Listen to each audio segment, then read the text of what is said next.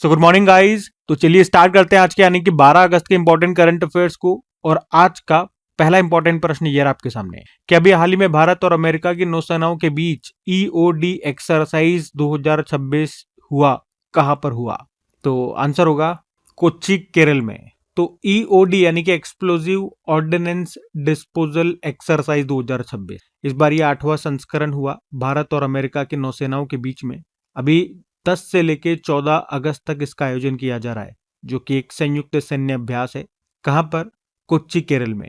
EOD का क्या मतलब होता है? समुद्र या जमीन पर मिले बम, विस्फोटक या खतरनाक हथियारों को सुरक्षित तरीके से पहचानना और उन्हें निष्क्रिय करना। ठीक है, तो ये ईओडी अभ्यास अभी भारत और अमेरिका की नौसेनाओं के बीच में इसका आयोजन किया गया, कोच्चि, केरल में, याद रखना है। बाकी 2026 की कुछ इंपॉर्टेंट मिलिट्री एक्सरसाइजेज मैं आपको सारी रिवाइज करवा रहा हूँ, ध्यान से सुनना। अगर बात करें धर्मागार्जन अभ्यास की, ये भारत और जापान के बीच में हुआ था उत्तराखंड के चौबटिया में। कलारी लीप अभ्यास इंडियन एयरफोर्स ने इसका आयोजन किया था लक्षद्वीप और मिनिकॉय द्वीप समूह में। अग्निवर्षा अभ्यास भारतीय सेना ने आयोजन किया था राजस्थान के पोखरण फील्ड फायरिंग रेंज में। वज्र प्रहार अभ्यास भारत और अमेरिका के बीच में हुआ हिमाचल प्रदेश के बकलो में। वज्रघात अभ्यास भारतीय सेना ने आयोजन किया था राजस्थान में। लामिती अभ्यास भारत सेशल्स के बीच में हुआ सेशल्स में। इन सेतु अभ्यास भारत थाईलैंड के बीच में हुआ हिंद महासागर क्षेत्र में, मलक्का जल संधि के आसपास। मिलान अभ्यास इंडियन नेवी इसका आयोजन करता है, जो कि एक द्विवार्षिक और बहुराष्ट्रीय अभ्यास है। कहां पर हुआ? अभी विशाखापट्टनम, आंध्र प्रदेश। वायु शक्ति अभ्यास भारतीय वायुसेना ने आयोजन किया था राजस्थान में। सागर कवच मॉक ड्रिल का आयोजन भारतीय तटरक्षक बल ने किया था माहे और केरल के तटों पर। उसके अलावा सी ड्रैगन अभ्यास यूएस नेवी ने इसका आयोजन किया था गुआम तट पर।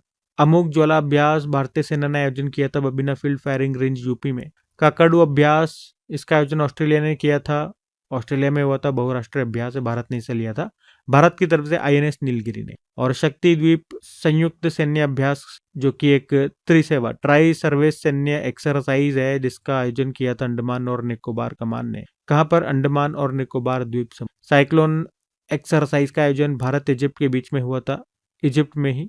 और ब्रह्मास्त्र युद्ध अभ्यास भारतीय सेना ने आयोजन किया था राजस्थान में। डेस्टलिक अभ्यास भारत और उज्बेकिस्तान के बीच में हुआ था, उज्बेकिस्तान में ही। प्रगति अभ्यास इंडियन आर्मी ने इसका आयोजन किया था, कहां? मेघालय के उमरोई में। सिनबैक्स अभ्यास भारत कंबोडिया के बीच में हुआ, कंबोडिया में।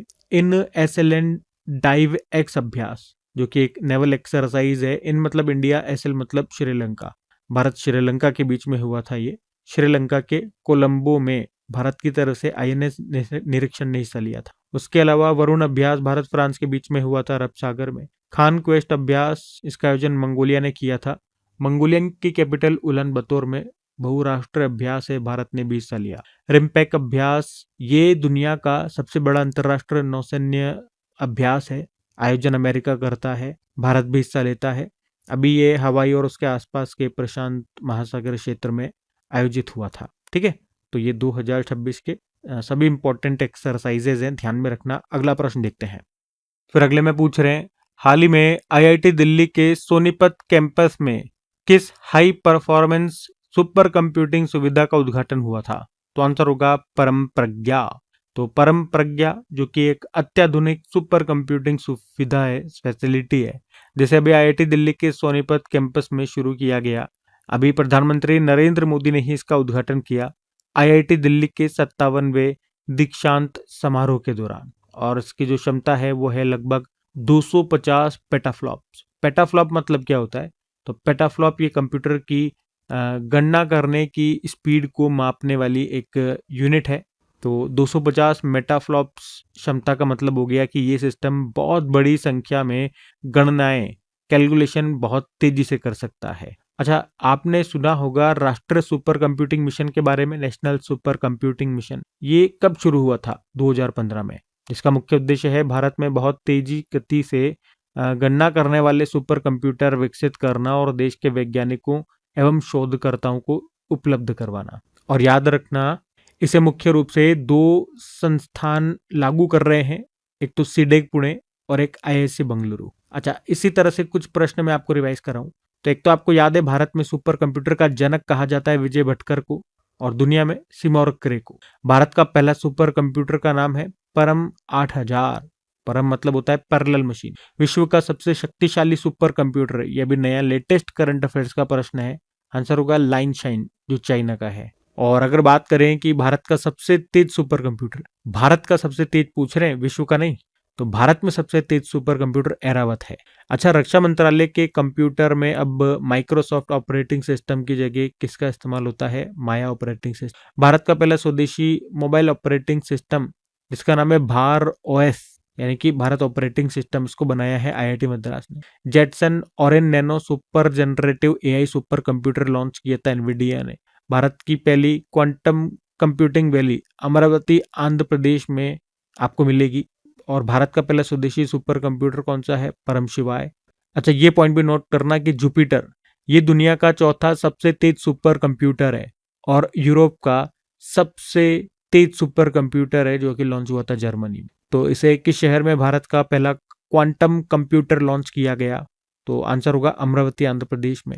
आपको याद हो तो आईआईटी पटना में परम रुद्र सुपर कंप्यूटर को शुरू किया गया।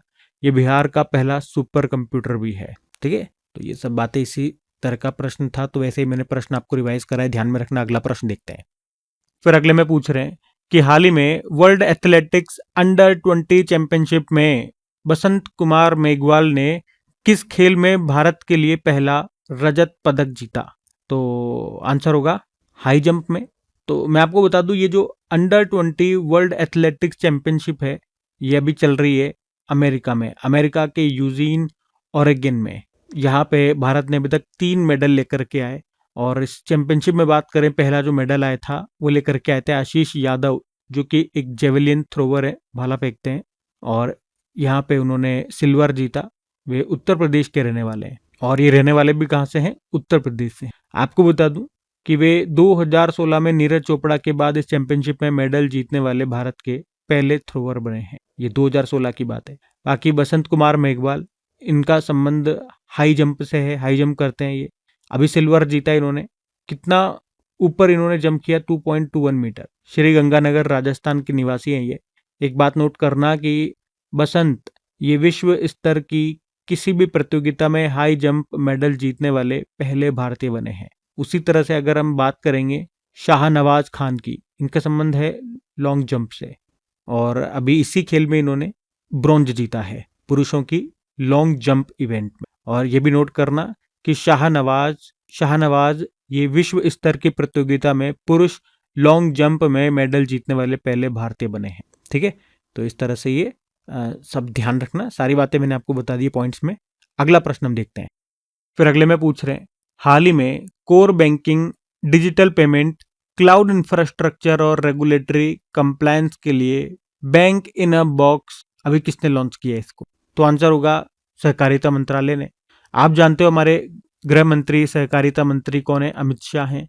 और अभी उन्होंने ही मुंबई में सहकार नव क्रांति कार्यक्रम के दौरान बैंक इन अ बॉक्स नाम से एक नया प्लेटफॉर्म लॉन्च किया। अच्छा, अगर हम बात करते हैं ये राष्ट्रीय शहरी सहकारी वित्त एवं विकास निगम क्या है, तो ये अर्बन कोऑपरेटिव बैंक्स के लिए अम्ब्रेला ऑर्गेनाइजेशन है। मतलब ये एक ऐसा छत्र संगठन है जो देश के लगभग 1400 से ज्यादा शहरी सहकारी बैंकों को तकनीक, प्रशिक्षण, साइबर सुरक्षा और बैंकिंग सुविधाओं में मदद करता है। तो इसका उद्देश्य मुनाफा कमाना नहीं, बल्कि छोटे सहकारी बैंकों को मजबूत और आधुनिक बनाना है। और अगर बात करें बैंक इन अ बॉक्स ये क्या है, तो ये एक प्लेटफॉर्म है जहाँ पे कई सारी बैंकिंग सुविधाएं आपको मिलेगी। खासतौर पे जो छोटे सहकारी बैंक है उनके लिए है ये सब सुविधाएं, उनको यहाँ पर मिलेंगी। मतलब इससे हम कह सकते हैं कि एक छोटी या केवल एक ब्रांच वाला बैंक भी कम खर्च में आधुनिक बैंकिंग सुविधाएं दे सकता है। वैसे आपको बताया 2025 को अंतर्राष्ट्रीय सहकारिता वर्ष के रूप में हमने मनाया था। ठीक है, अगला प्रश्न देखते हैं। फिर अगले में पूछ रहे हैं, अभी हाल ही में लाइफ टाइम लिबर्टेरियन अवार्ड ये जीतने वाले पहले भारतीय लेखक कौन बन गए? तो आंसर होगा गुरुचरण दास। तो प्रसिद्ध भारतीय लेखक हैं गुरुचरण दास और इनको अभी लाइफ टाइम लिबर्टेरियन अवार्ड से सम्मानित किया गया। ये सम्मान पाने वाले वो पहले भारतीय लेखक बन गए हैं। अभी उनको ये अवार्ड कहाँ पर दिया गया? नेपाल की कैपिटल काठमांडू में आयोजित लिबर्टी इंटरनेशनल के 40वें विश्व शिखर सम्मेलन के दौरान उनको ये अवार्ड दिया गया। क्यों दिया गया? तो स्वतंत्रता, उद्यमिता और व्यक्तिगत जिम्मेदारी के समर्थन में लंबे समय तक जो उनका योगदान रहा है उसके लिए इनको ये सम्मान मिला। कई बुक्स इनकी आई है, मैं आपको कुछ फेमस बुक्स बता दूं। Indian unbound, the difficulty of being good, Karma, the riddle of desire, another short of freedom, ये सब इनकी पुस्तकें हैं। और इस संस्था के बारे में अगर बात करें लिबर्टी इंटरनेशनल की, तो एक वैश्विक गैर लाभकारी संगठन है, मतलब नॉन प्रॉफिटेबल ऑर्गेनाइजेशन है, जो व्यक्तिगत स्वतंत्रता, मुक्त बाजार, नागरिक समानता और व्यक्तिगत अधिकारों को बढ़ावा देने के लिए काम करता है। इससे पहले international society for individual liberty के नाम से जाना जाता था, लेकिन अब सिंपल सा लिबर्टी इंटरनेशनल बोलते हैं, जिसकी स्थापना होती है 1969 में। और हेडक्वार्टर आपको अमेरिका में मिलेगा। ठीक है, अगला प्रश्न देखते हैं। अच्छा, ये अवार्ड वाला प्रश्न है, तो कुछ इंपॉर्टेंट अवार्ड्स मैं आपको रिवाइज करवाता हूँ। अरुंधति रॉय के बारे में हमने पढ़ा था, जो लेखिका है। अब इनका एक मेमोयर आया था, Mother Mary comes to me, और इसी को ऑटोबायोग्राफी कैटेगरी में 2025 के National Book Critics Circle Award से इनको सम्मानित किया गया था। उसके अलावा 2026 का लता दीनानाथ मंगेशकर पुरस्कार दिया गया कैलाश सत्यार्थी को। 2026 का व्हीटली अवार्ड, जिसे ग्रीन ऑस्कर कहते हैं, ये दिया गया परवीन शेख और बरखा सुब्बा को। और आंध्र प्रदेश के जो मुख्यमंत्री हैं चंद्रबाबू नायडू, इनको business reform of the year 2025 award मिला है। और ब्रेक थ्रू प्राइज 2026 किस भारतीय को दिया गया, तो आंसर होगा डॉक्टर रतनुनाथ, असम से हैं। ब्रिटिश संसद में ग्लोबल ग्रीन आइकॉन पुरस्कार से सम्मानित किया गया जे संतोष कुमार को। और यूनेस्को गिलर्मो कानो वर्ल्ड प्रेस फ्रीडम प्राइज 2026 ये दिया इसने, एक सुडानी पत्रकार सिंडिकेट है उसने। पुलित्जर पुरस्कार 2026 दिया गया आनंद आरके ने और सुपर्णा शर्मा ने। बाकी डॉक्टर श्रीनिवास राव को हैदराबाद में साल 2024-25 के लिए प्रोफेसर MS स्वामीनाथन पुरस्कार से सम्मानित किया गया। बाकी मिस इंडिया 2026 का खिताब ये जीता साध्वी सेल ने, गोवा से हैं। ठीक है, तो ये सब ध्यान में रखना। अगला प्रश्न देखते हैं अभी। फिर अगले में पूछ रहे हैं, अभी हाल ही में भारतीय मूल की आभा नायर पटेल ये किस देश के सुप्रीम कोर्ट की पहली महिला न्यायाधीश बन गई हैं, तो आंसर होगा जाम्बिया। तो नाम है इनका आभा नायर पटेल, सिंपल से याद रखेंगे, जाम्बिया सुप्रीम कोर्ट की पहली महिला जज बन गई है। जाम्बिया में आपको लेकर के चलूंगा, लेकिन पहले मेरे को बताओ, केरल की पहली दृष्टिबाधित, मतलब जो देख नहीं सकती हैं। वैसे आप जानते हो कि भारत के सुप्रीम कोर्ट में अभी तक कोई भी महिला चीफ जस्टिस नहीं बनी है। जस्टिस जरूर बनी है फातिमा बीवी, लेकिन चीफ जस्टिस अभी तक कोई नहीं बनी। वहीं हाई कोर्ट में बात करेंगे तो पहली महिला जज कौन रही है, अन्ना चांडी केरल हाई कोर्ट से। और पहली महिला चीफ जस्टिस कौन रही है, तो लीला सेठ रह चुकी हैं हिमाचल प्रदेश हाई कोर्ट। महिलाओं से संबंधित कुछ और प्रश्न देखो आप। मणिपुर की पहली महिला उप मुख्यमंत्री बनी नेमचा किपगेन अभी। महाराष्ट्र की पहली महिला उप मुख्यमंत्री बनी सुनेत्रा पवार। और रुद्र सशस्त्र हेलीकॉप्टर उड़ाने वाली पहली महिला पायलट बनी शर्मा। गणतंत्र दिवस परेड 2026 में CRPF की पुरुष टुकड़ी को लीड करने वाली पहली महिला ये बनी थी सिमरन बाला। साउथ पोल पर पहुंचने वाली पहली भारतीय महिला बनी Kamya Karthikeyan. Press club of India की पहली महिला अध्यक्ष ये हैं संगीता बरुआ। और RPF की पहली महिला डायरेक्टर जनरल ये सोनाली मिश्रा हैं।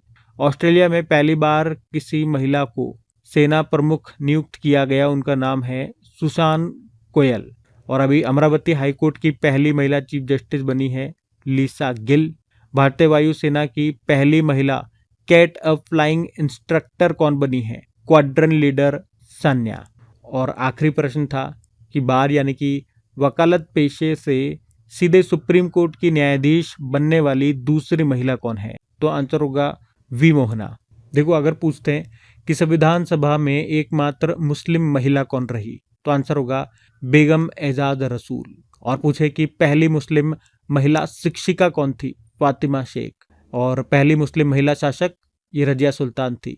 ठीक है, तो ये सारे प्रश्न ध्यान रखना, महिलाओं से संबंधित मैंने आपको रिवाइज कराया। अगला प्रश्न देखते हैं। अच्छा, यहाँ पे जाम्बिया की हमने बात करी है, तो एक बार देखो मैप में ये रहा जाम्बिया। कैपिटल लुसाका होती है, करेंसी क्या चलती है, जाम्बियन कोचा। ठीक है, तो ये सब ध्यान में रखना। अगला प्रश्न देखते हैं अभी। फिर अगले प्रश्न में देखो क्या पूछ रहे हैं कि अभी हाल ही में international centre for theoretical physics के डिराक मेडल 2026 से किस भारतीय वैज्ञानिक को अभी सम्मानित किया गया। ये भी अच्छा प्रश्न, मार्क करना, इंपॉर्टेंट मार्क करना। सही उत्तर हो जाएगा यहाँ पे इसका दीपक धर। तो भारतीय वैज्ञानिक प्रोफेसर दीपक धर को अभी 2026 का डिराक मेडल से सम्मानित किया गया। और आप कह सकते हो ये मेडल जीतने वाले ये सम्मान पाने वाले वो दूसरे भारतीय बने हैं। ये सम्मान उन्हें सैद्धांतिक भौतिकी यानी कि थ्योरेटिकल फिजिक्स और खासकर सांख्यिकी भौतिकी यानी कि स्टैटिस्टिकल फिजिक्स में उनके महत्वपूर्ण योगदान के लिए दिया गया। तो इस पुरस्कार की बात कर लेते हैं। ये पुरस्कार international centre for theoretical physics के द्वारा दिया जाता है। इसका नाम महान वैज्ञानिक पॉल डिराक के नाम पर रखा गया था। शुरुआत इस पुरस्कार की हुई थी 1985 में। ये सैद्धांतिक भौतिकी और गणित में महत्वपूर्ण योगदान देने वाले वैज्ञानिकों को ये सम्मान दिया जाता है। आपको बता दूं, स्टीफन हॉकिंग को भी ये सम्मान मिल चुका है। बाकी दीपक धर की बात करें जिनको अभी ये सम्मान मिला, इनका जन्म हुआ था प्रतापगढ़ यूपी में। इन्हें भी कई इंपॉर्टेंट अवार्ड्स मिल चुके हैं, जैसे कि 2022 में बोल्ट्जमैन मेडल इनको मिला। ये सम्मान पाने वाले वो पहले भारतीय बने उस वक्त। 2023 में पद्म भूषण मिला। 2026 में अभी डिराक मेडल मिला। यह अवार्ड पाने वाले वो दूसरे भारतीय हैं। तो पहले भारतीय कौन है? 2014 में ये बने थे अशोक सेन, ये डिराक मेडल पाने वाले। अच्छा, एक पॉइंट और नोट करना, ये जो हम बात कर रहे हैं 2026 का डिराक मेडल, ये केवल दीपक धर को ही नहीं मिला। एक्चुअली में 3-4 लोगों को ये अवार्ड मिला है, मिल करके सबको एक साथ दिया गया, यूं समझ लो। तो जो भारतीय हैं वो तो दीपक धर है, आप सभी को नाम याद रहेगा। लेकिन जो भारतीय नहीं है उस वैसे 3 व्यक्ति हैं, तो वो नाम भी ध्यान रखो। एक है बर्नार्ड डेरेडा, फ्रांस के हैं। मार्क मेजार्ड, इटली के। और हाइम सोमपोल्स्की, ये इजराइल से हैं। ठीक है, तो इन तीनों को भी ये अवार्ड मिला है। और बाकी जो भारतीय हैं दीपक धर, वो तो हैं ही सही। फिर अगले में पूछ रहे हैं कि अभी हाल ही में केंद्र सरकार ने प्रवर्तन निदेशालय, एनफोर्समेंट डायरेक्टरेट जिसे ईडी बोलते हो आप, उसके डायरेक्टर पद पर अभी किसे नियुक्त किया गया? तो आंसर होगा राहुल नवीन को। एक्चुअली में ईडी के डायरेक्टर यही हैं अभी, राहुल नवीन। लेकिन अभी इनका कार्यकाल अभी अगस्त में समाप्त होने वाला था, लेकिन इनका कार्यकाल 1 साल के लिए फिर से बढ़ा दिया गया। 2027 तक इस पद पर ये बने रहेंगे। राहुल नवीन याद रखना। प्रवर्तन निदेशालय, जिसे आप इंग्लिश में एनफोर्समेंट डायरेक्टरेट बोलोगे, ईडी क्या ये? तो ये भारत सरकार के वित्त मंत्रालय के राजस्व विभाग के अधीन एक प्रमुख वित्तीय जांच एजेंसी है, जिसकी स्थापना 1 मई 1956 में हुई थी। नई दिल्ली में मुख्यालय है। और ये देश में आर्थिक अपराधों, वित्तीय धोखाधड़ी और मनी लॉन्ड्रिंग जैसे मामलों की जांच करती है। ठीक है, तो इसके डायरेक्टर कौन? राहुल नवीन। कुछ अपॉइंटमेंट्स में आपको रिवाइज कराऊं तो राष्ट्रीय अपराध रिकॉर्ड ब्यूरो के निदेशक बने थे अभी अमित गर्ग। राष्ट्रीय अल्पसंख्यक आयोग के नए अध्यक्ष बने थे हरजीत सिंह ग्रेवाल। नीति आयोग के सीईओ बने अनुराग जैन। आईआरसीटीसी के सीएमडी का अतिरिक्त प्रभार मिला राहुल हिमालयन को। शिक्षा मंत्रालय के उच्च शिक्षा विभाग का नया सचिव बनाया गया नरेश पाल गंगवार को। इन्फोसिस के नए एमडी कौन होंगे? आशीष डैश, ये सलील पारेख का स्थान लेंगे। और पीएम मोदी ने परीक्षा प्रणाली को ज्यादा पारदर्शी, सुरक्षित और भरोसेमंद बनाने के लिए एक हाई पावर टास्क फोर्स बनाने की घोषणा की, जिसके अध्यक्ष कौन होंगे? नंदन नीलेकणी। ठीक है, तो ये सब ध्यान में रखना। अगला प्रश्न देखते हैं। फिर अगले में पूछ रहे हैं कि हाल ही में इंसानों और जंगली जानवरों के बीच बढ़ते टकराव को रोकने के लिए एआई आधारित डिजिटल प्रहरी सिस्टम फार्म गार्ड को अभी किसने शुरू किया? तो आंसर होगा केरल ने। तो फार्म गार्ड क्या है भैया? ये एआई आधारित डिजिटल निगरानी सिस्टम है। इसे अभी केरल वन विभाग ने पश्चिमी घाट के उन इलाकों में शुरू किया जहां जंगली जानवरों के कारण किसानों और फसलों को नुकसान का खतरा रहता है। तो आप कह सकते हो ये खेतों के लिए एक तरह का डिजिटल चौकीदार है। जो कि कैसे काम करता है? ये 24 घंटे निगरानी करेगा। कैसे निगरानी करेगा? तो आपके खेत या जंगलों की सीमा पर लगे जो कैमरे होते हैं, उनके थ्रू ये लगातार निगरानी करता है। तो ये एआई कैमरों से ही पता लगा लेता है कि कोई हाथी है या कोई अन्य जो भी जंगली जानवर है वो खेत की ओर आ रहा है, नहीं आ रहा है। उसके अलावा ये तुरंत अलर्ट भेज देगा। जैसे इसको जानवर दिखाई देगा कैमरे में, तो ये सिस्टम किसानों को और जो भी वन अधिकारी होंगे उनको मोबाइल पर तुरंत अलर्ट भेज देगा। उसके अलावा ज़रूरत पड़ने पर ये तेज आवाज़ या अलार्म का इस्तेमाल करके जानवरों को बिना नुकसान पहुंचाए वापस जंगल की ओर भेज देता है। मतलब तेज आवाज़ कर देता है, जिससे जानवर डर जाते हैं और वापस भाग जाते हैं। तो इस तरह से ये काम करता है। नाम है फार्म गार्ड, जो कि एक एआई बेस्ड डिजिटल निगरानी सिस्टम है। अभी केरल ने इसको लॉन्च किया। तो ये रहा मैप में केरला। कैपिटल तिरुवनंतपुरम मुख्यमंत्री है वीडी सतीशन, गवर्नर है राजेंद्र विश्वनाथ अर्लेकर। राज्य के पशु हाथी हो गया, पक्षी है ग्रेट हॉर्नबिल, पुष्प है कोन्नी कोना, वृक्ष है नारियल का, फल है कटहल, मछली है green chromide. Silent Valley National Park है यहाँ, पेरियार नेशनल पार्क है, रविकुलम नेशनल पार्क हो गया, अन्नामुडी शोला नेशनल पार्क हो गया। इडुक्की डैम है पेरियार नदी पर। क्लासिकल डांस कथकली हो गया, मोहिनीअट्टम हो गया। क्लासिकल लैंग्वेज मलयालम है। ओणम हो गया, त्रिशूरपुरम हो गया, टुकल पोंगल हो गया, मकर विलक्कू हो गया, विश्व उत्सव हो गया। पहला अंतरराष्ट्रीय समुद्र तट महोत्सव यहाँ मनाया जाता है। अभी केरल का कौन सा त्योहार नए साल का प्रतीक है, तो विश्व उत्सव। केरल के समुद्री तट को मालाबार तट कहते हैं, तमिलनाडु के समुद्री तट को कोरोमंडल तट कहते हैं। केरल को मसालों का बाग भी कहा जाता है। और सबरीमाला टेम्पल कहाँ पर है, तो वो भी केरल में है। ठीक है, तो आज केरल से इतना स्टैटिक हम देखते हैं।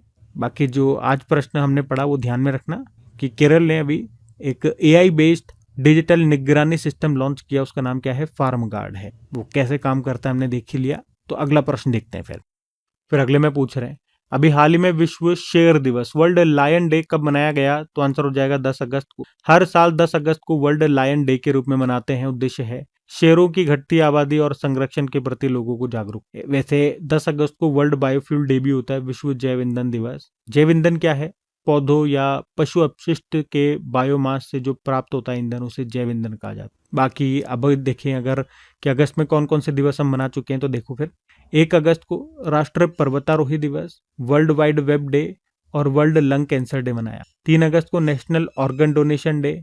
4 अगस्त को अंतर्राष्ट्रीय क्लाउडेड लेपर्ड दिवस। 6 अगस्त को हिरोशिमा डे। 7 अगस्त को महाराष्ट्र ने MS स्वामीनाथन जी की जयंती को सतत कृषि दिवस के रूप में पिछले साल ही घोषित किया था। और 7 अगस्त को राष्ट्रीय हथकरघा दिवस भी मनाते हैं। 7 अगस्त को भाला फेंक दिवस भी होता है। और 8 अगस्त को भारत छोड़ो आंदोलन दिवस या इसी को अगस्त क्रांति दिवस बोल दो। और 9 अगस्त को विश्व के स्वदेशी लोगों का अंतर्राष्ट्रीय दिवस बोल दो या विश्व आदिवासी दिवस बोल दो। तो ये हम मना चुके हैं अभी तक अगस्त के सारे इंपॉर्टेंट। बाकी ये थे आज के हमारे करंट अफेयर्स की क्लास। कमेंट करके जरूर बताना सेशन आपको कैसा लगा। अच्छा लगे तो प्लीज इसे अपने दोस्तों के साथ में स्टडी ग्रुप में एक बार शेयर जरूर करना। वीडियो को लाइक नहीं करा तो लाइक कर देना। बाकी इनकी PDF और प्रैक्टिस के लिए क्विज आपको मिल जाएगी अपनी क्रिक एग्जाम एप्लीकेशन में, जिसका लिंक नीचे डिस्क्रिप्शन बॉक्स में गिवन है। बाकी चलो अभी हम कल के करंट अफेयर्स का भी क्विक रिवीजन कर लेते हैं और सेशन एंड करते हैं। तो कल पहला प्रश्न क्या पूछा था, मुख्यमंत्री निजुत मोइना योजना 2.0 किस राज्य सरकार ने इसको शुरू किया, तो आंसर होगा असम ने। फिर पूछा अभी विश्व के स्वदेशी लोगों का अंतर्राष्ट्रीय दिवस या इसी को बोल दो आप विश्व आदिवासी दिवस कब मनाया गया, 9 अगस्त को। और भारत में समुद्री प्रशासन के डिजिटल बदलाव को तेज करने के लिए ई-समुद्री डिजिटल प्लेटफॉर्म इसको लॉन्च किया जाएगा, कहां पर, तो आंसर होगा मुंबई में। परंपरा योजना ये किसने शुरू की, आयुष मंत्रालय ने। फिर पूछा इंपीरियल कॉलेज लंदन के शोधकर्ताओं ने किस पौधे से plant based meat protein myoglobin विकसित किया है, तो आंसर होगा लेट्यूस और तंबाकू के पौधे। फिर पूछा अरिहा पंगमबाम ने 10वीं एशियन एरोबिक जिम्नास्ट चैंपियनशिप 2026 में देश के लिए पहली बार गोल्ड जीता है, उनका संबंध किस राज्य से है, तो आंसर होगा मणिपुर। फिर पूछ रहे हैं कि एस्ट्रोबेस स्पेस टेक्नोलॉजीज द्वारा लॉन्च भारत का पहला निजी क्षेत्र का रॉकेट इंजन कौन सा है, तो आंसर होगा एवरेस्ट। और नीति आयोग के स्कूल शिक्षा गुणवत्ता सूचकांक 2026 में पहले स्थान पे कौन रहा, तो आंसर होगा पंजाब। कोलंबिया के राष्ट्रपति कौन बन गए, एबेलार्डो डेला एस्प्रियला। बाकी चलो कल का भी होमवर्क प्रश्न, अच्छा कल होमवर्क प्रश्न नहीं दिया था तो कोई बात नहीं, आज ही आपको होमवर्क प्रश्न मिल रहा है। आज बताइए इसका उत्तर क्या होगा। बाकी आज के लिए इतना ही, धन्यवाद, राधे राधे।